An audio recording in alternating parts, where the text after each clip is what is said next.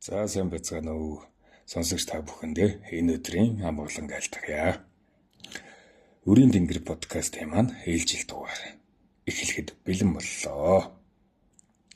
За өнөөдөр хэдүүл Монгол хүний амьдралын хамгийн анхны бөгөөд хамгийн чухал даваануудын нэг болох хүүхдийн сэвлэг үргээх ёслолын тухай ярилцъя.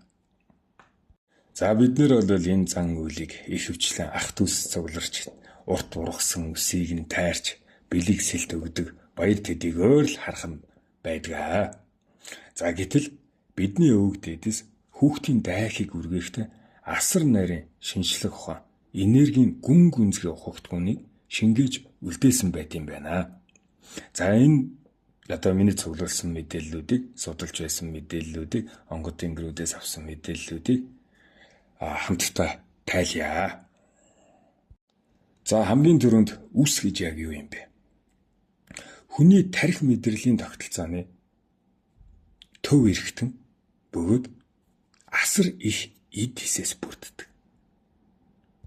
Тархины эд хисүүд өөр хоорондоо холбогдож мэдээлэл дамжуулах үед цахилгаан долгион ялгаруулж үс ингэж соронцлогддог тийм.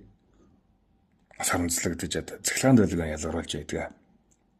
За шинжлэх ухааны энэхүү баримтыг манай өвгөд бол өвөө эмээнэр бол аль эрт мэддэг байсан гэж.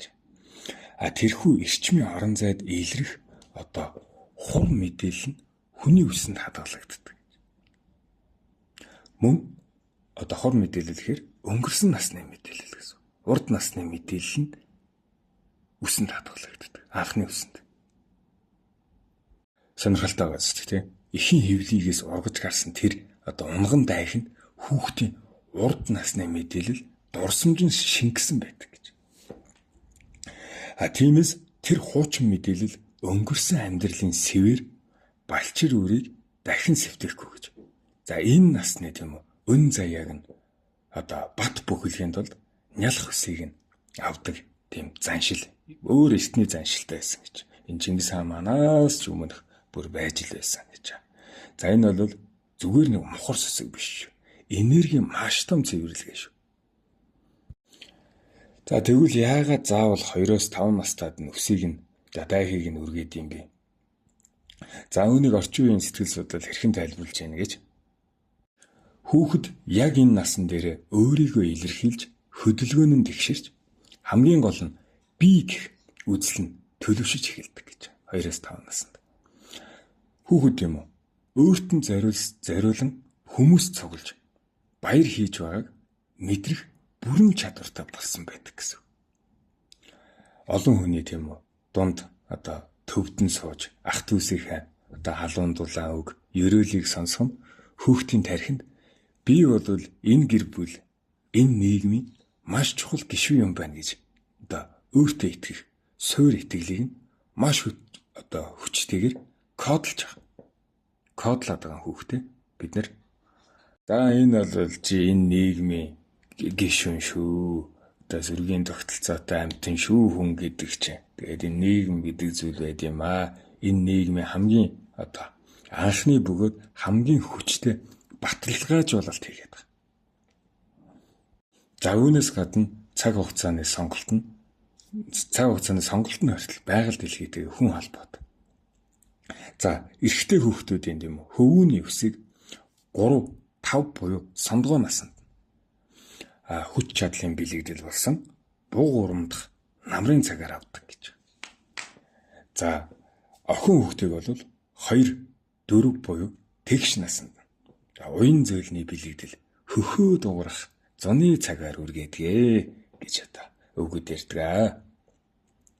За энэ нь бол арга биелийн тэнцвэр байгалийн хэмнэлийг хэрхэн нарийн мэдэрч байсны илрэл юм аа. За мөн физиологийн хувьд ихээс төрөхөд байсан нарийн зөөлөн үсийг авснаар хуухны амьсгалах чадвар нь нэмэгдэж жинхэнэ бат бөх үс ургах нөхцөл бүрддэг гэж. За хуучин цаг үед бол үсийг нь авч тийм үү арцсаар утгах шар дасаар нэлээх нь хуухны хамгаалтын давхаргыг дэмжиж ням бактериас сэргийлэх шинжлэх ухаан шалхан байсан байна.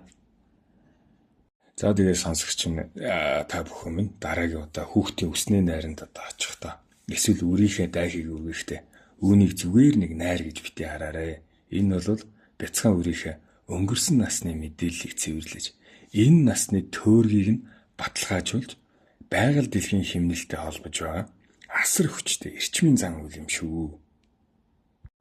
За үргэлжлүүлэн ярий. За сэвлгээ үргэлэглээ. Үргээсэн сэвлгээ үсээ бид яах ёстой? Яагаад бидний өвгөд тийм үү? Үсээ ил задгаа хайдаггүй байсан юм бэ? Тэ үсний одоо сэвэ үлдээчлээгээд иж яав эмээ их ууралдаг. За мөн хүүхэд бүрийн үсийг заавал нэгэн ижил насанд одоо үргээх албагүй талаар шинжилгээ ухаанч өгөөд далд эрчмийн үүднээс нь тайлбарлах гээд дахиад хичээв. За орчин үеийн биологийн шинжилгээ ухаанд бол хүний үсийг хүний ДНХ удамшлын бүрэн мэдээллийг хадгалж өгдөг архив гэд хэлсэн шүү дээ, тийм. Энэ бол их чухал. За өвгдүүдийн хэлж байгаагаар бол нялх цагийн үсэнд узуур эсийн мэдээлэл буюу одоо эцэг талаас ирэх хүний мөн чанар, удамшилт байх зүйлс одоо гений мэдээллүүд тогтдог гэж байна. Сонирхолтой нэг мэдээлэл гэх юм бол хүний үсийг хоёр дахь уушиг гэж нэрлэж болно гэж. Арга талаас нь үзэх юм бол хүний бие зөвхөн уушгаараа биш, бас энэ үсний уутанцраар амьсгалж уушгаар дамжих боломжгүй бүр тийм бичил орон зайн эрцгийг үс нь бие махбодод шингээж өгдөг гэж. Тийм болохоор л өвгдүүд юм уу? Одоо үсээ тайрч хаях биш. Байгалийн эрсдээс уур амьсгал, энергийн дайралтаас өөрийгөө хамгаалах хоёрт дуулга мэтэр хамгаалаад маш зэрэгцтэй авч явдаг байсан. Үсээг бол их сайн ургуулдаг байсан, тийм үү? Өвгдөөс маань. Одоо түүхэн баримтуудаас, түүхэн кинонуудаас одоо харддаг л байлгүй дээ. За хүүхдийн одоо эхс энэ хүйг хадгалдаг гэж үздэг, тийм үү? Маш чухал гэж үздэг, тийм. Цэвэр даван уутанд бас энэ одоо үргээсэн дайхаа цэвэр даван уутанд хийгээд хишгийн богц буюу одоо даллагын уутанд хадгалдаг гэж. За өнөөдөр хишгийн богцын тухай ярих юм бол маш их зүйл ярих учраас нөгөө нэг мөнгө дууддаг даллагын уут мэтэр одоо өрөөсгөл ойлгож магадгүй. Энэ бол биш шүү. Хүн болгонд байдаг хишгийн богц гэдэг зүйл байдаг. Тийм хүний амьдралын одоо мөр бүтэн 9 заяа тэгш байлгахыг бэлэгдсэн тийм эрчмийн төв бол байдаг шүү. Тэгээ энийг аяар бол хэрхэн яаж хийдэг энэ тухай бас ярьж өгч болох байхаа. За энэ хадгалсан сэвлэг ямар гайхалтай үүрэг гүйцэтгэдэг вэ гэхээр за сэтгэл судлал болон тарих судлал үнэрийн санах гэдэг ойлголт байдаг. Olfactory memory гэдэг. За үнэрлэх мэдрэмж нь тархины сэтгэл хөдлөл хариуцсан хэсэгтэй шууд холбогддог учраас хүнийг хамгийн хордон тайвшруулж эсвэл хуучин дурсамжинд авчирдаг. Үнэр маш сайн мэдээлэл мартсан одоо мэдээлэл дурсамжийг сэргээж идэг. Та эднийг бүгд бараг мэдж байгаа байлгүй тууллаараа. За онгодууд болохоор өвөг дээдс маань болохоор энийг бясалгалтай холбож за хожмын нарт тийм ирээдүйд бодол санаа одоо самуунд автаж сэтгэлд одоо жавар хоргох цагдаар нялх цагийн үнэр шингэсэн сэвлгийг үнэрлэн бясалгал хийхэд одоо зориулж хадгалдаг байсан гэж. Хүн амьдралын хүнд хэцүү үедээ өөрийнхөө хамгийн ариун дагшин балчир цагийн үнэрээ мэдэрч сэтгэлийн хамар амгалан эргүүлэн олж авдаг гэсэн үг. За хүүхдийн үсийг яг хэдтэй давах юм бэ гэж асууж бас магадгүй.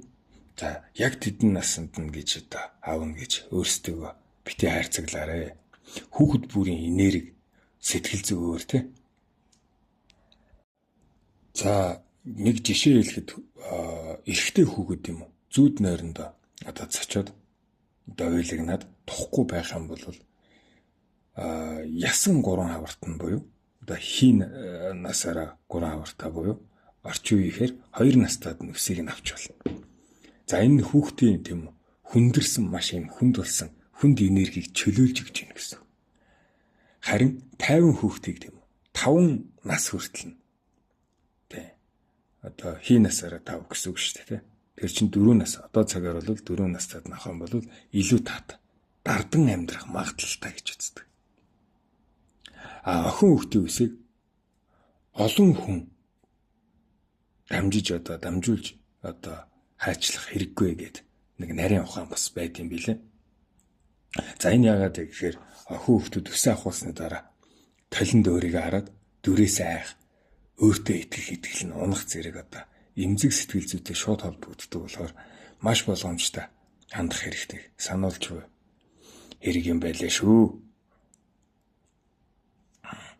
Харин далд ертөнцийн тийм мэдрэмжтэй тамхтай төрсэн тийм онцгой хүүхдүүд байдэн шүү дээ, умбалч юм. Тийм хүүхдүүдийн зулаан үс энэ оройн зулаан үсийг нь авдаггүй юм байлаа шүү. Энэ сансрын эрчмээс мэдээлэл хүлээж авах сувгийг нь нээлттэй үлдээж шинжлэх ухаан юм байлаа шүү. Тэгээ бидний өвөг дээдсийн үлдээсэн энэхүү гайхалтай өв соёл цаана бүхэл бүтэн хүний биеийн бүтэц сэтгэл зүйн квант физикийн хойлоодыг агуулж байдаг нь үнэхээр биширмээр санагддаг багармаар санагддаг. За намайг хүүхэд байхад бол урд юм хөхөл буюу ийм сөсөг гэж ярьдаг байсан да. Хуучнаар бол хөхөл гэдэг юм байлаа. Урдаа юм сөсөг үлдээгээд бусад хэсгийг нь бол хусаад хойно эсвэл гизэг үлдээгээд ийм засалтууд бол энэ үсний соёл бол алдагдаагүй байсан. Одоо бол бид нэр хүүхдийн дайхыг үргэхдээ толгойг нь өстө хухаа цагаан болгоод хусчаад байгаа шүү дээ. Эрэгтэй хүүхэд бол заавал энэ зулаад нь эсвэл энэ охин хүүхэд бол 2 шанаанд нь өсөлдөдөг гэж. За энийг болохоор онгоцуудын өвөг дээдсийн тайлбарснаар хүүхдийн зулаан өс бол язгуур дээд тэнгэртэйгээ харилцах антин гэж. Хүүр. Харин охин хүүхдийн 2 шанаанд үлдээсэн эврэн өс гэж байдаг. Газар дэлхийтэйгээ харилцах, итвгэн ихтэйгээ харилцах холбоос болдгоо гэдэг ч. Эрэгтэй хүүхэд бол тэнгэр эцэгтэйгээ харилцах нь, охин хүүхэд бол итвгэн ихтэйгээ харилцах нь. Одоо 2 шанааны тийм 2 талд нь ингээд нэг эвэр шиг тийм үс гаргацдаг да охтодод. Ер нь бол хүүхэд тэнгэр эцэг газар их хоёртойгоо мэдээлэл солилцож амьдралын зөв энергийг хүлээж авах сувгийг нь нээлттэй үлдээж байгаа хэрэгэл гэж ойлгох хэрэгтэй юм шиг байна.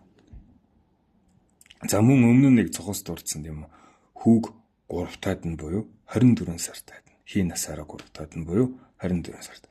Охиныг 4-т нь буюу 36 сартаад нь дайхийг нь үргээдэг. Хамгийн гол шалтгаан нь ерөөсөө урд насны дурсамж, урд насны тавилангаас нь бүрэн салгаж. Энэ гэр бүл, энэ аав ээжийнхээ жинхэнэ өрн боллоо гэдгийг баталгаажуулж байгаа хэрэг гэж. Хэрэг ингэж салахгүй бол хүүхэд хурддаг буюу өвдөж эндэх тийм эсвэл зан ааш эвдрэх тийм эрсдэл байдаг гэж. Зөрүүд уур хуцаартай хүүхэд бий болох. Эсвэл бүр нас бие түрээд хань ижилтээж болж чадахгүй гэх мэт тийм дам яриануд байдаг. Тийм учраас хүүхдийн өсний нарийг заавал хийх хэрэгтэй. За хүүхдийн найр өсний найр хийхээр болчлоо. За тэгвэл найрын ширээ рүүгээ орцгоё. За хүүхдийн сэвлэг үргэх найр бол бусад найраас тис өөр.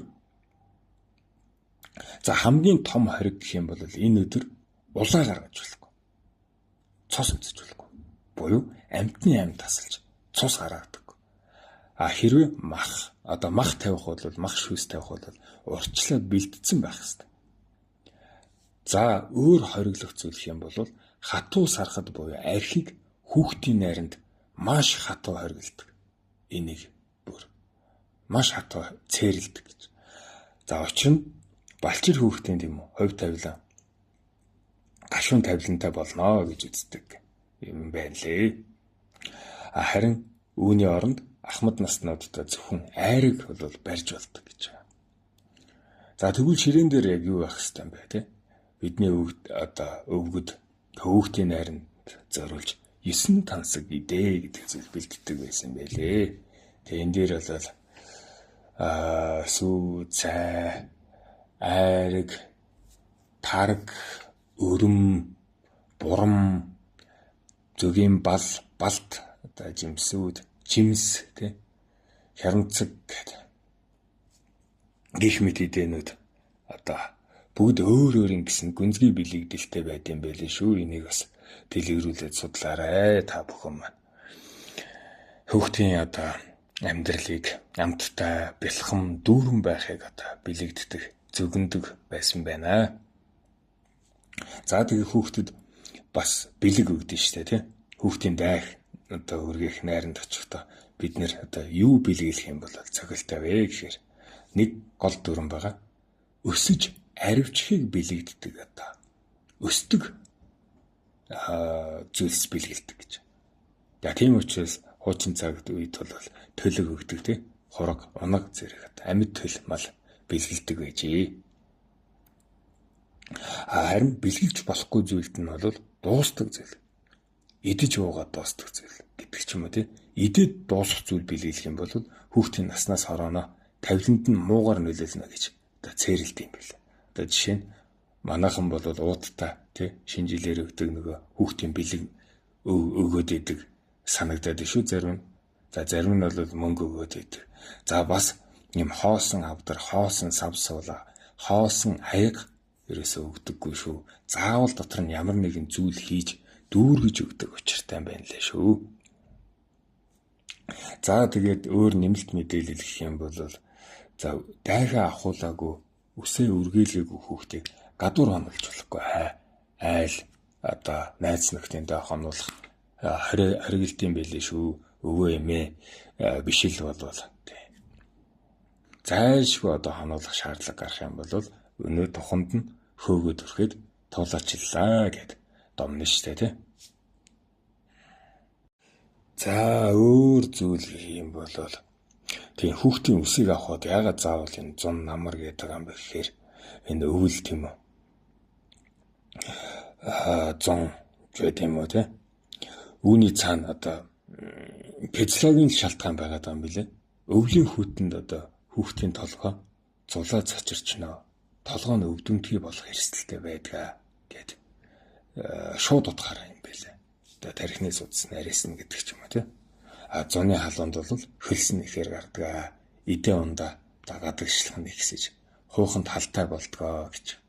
За тиймээс хамгийн тохиромжтой цаг нь болохоор хавар намрын үйлрэлт гэж. За тэгээд өөр чинь юу вэ? За нэг юм хэлхийг мартчихаана яг. Нөгөө 5 настайд нь хүртэл авч болдгоо, хойшлуулж болдгоо гэдэг штэ тий. Тэр нь болохоор нөгөө араа шүд нь ургасан байна уу? Хуух нь эрүүл байна уу? Үс нь хэр цахилгаанж чинь гэдгийг шалгадаг юм байл. Тийм. Амтны үр төлд төрөөдөл оног гэхэд төрөөдөл шууд хөлд орчдөг. Тий. Чаны бэлтрийг бол хэдхэн хоноод л мах залгааж идэг. Хүний үр бол маш удаан байждаг. Тиймээс хүүхдийг 3 нас хүртэл нь энэрэн хайрлаж сая амьдрах ухаан, тэмцэх ухаан буюу араа ясан оргодог гэж. Сүүн шүд нь гүйцэд оргоно гэдэг нь ясан үйл ажиллагаа нь бэхжиж энэ хорвоод тийм өөрийн гэсэн мөрөө үлдэх биеийн бэлтгэл хангагдсныг илтгэдэг юм байна. Хэрвээ хүүхдийн араа шүд гүйцэд оргаагүй эсвэл үг хэлж өөрийгөө илэрхийлж чадахгүй байх юм бол ямар нэгэн юу ч ярьдаггүй тийм хүүхдүүд бол үсний найрыг хойшлуулах хэрэгтэй байт юм байлаа шүү. Тэгээ 2 жилээр хойшлуулдаг байжээ. Охиныг нь бол 4 настайд, хөвгөнийг 5 настайд гэсэн үг. За энэ бол хүүхдийн тархины хөгжил, сэтгэл зүйд хизээч тийм үү хүчээр ингэж ханддаггүй байснаа тод илрэл шүү. За тэгээд өөр бас олон ёсууд байсан байлээ. Тэгээд энэ анхны авахулсан энэ сэвэлгээ насан туршдаа хадгалж амьдралын чухал мөчүүдэд буюу өрх тусгаарлах анхны үрээ үлгийдэж авах зэрэг тэрхүү сэвлэгнээс багахныг алдаа гэж хуучин насны дурсамж арвижуулан ухаан санаагаа сэргээдэг зан үйлч байсан байна. За тэгээ хөхнөрөд подкастаар өсний найр гээд хадаа нэг дугаар байгаа. Тэнтэй давхцуулж ярихгүй их хичээлээ. За энэ үрээд өндөрлөё. Үрийн дэнгэр минь ивэх болтугай. Илаалаа баяр.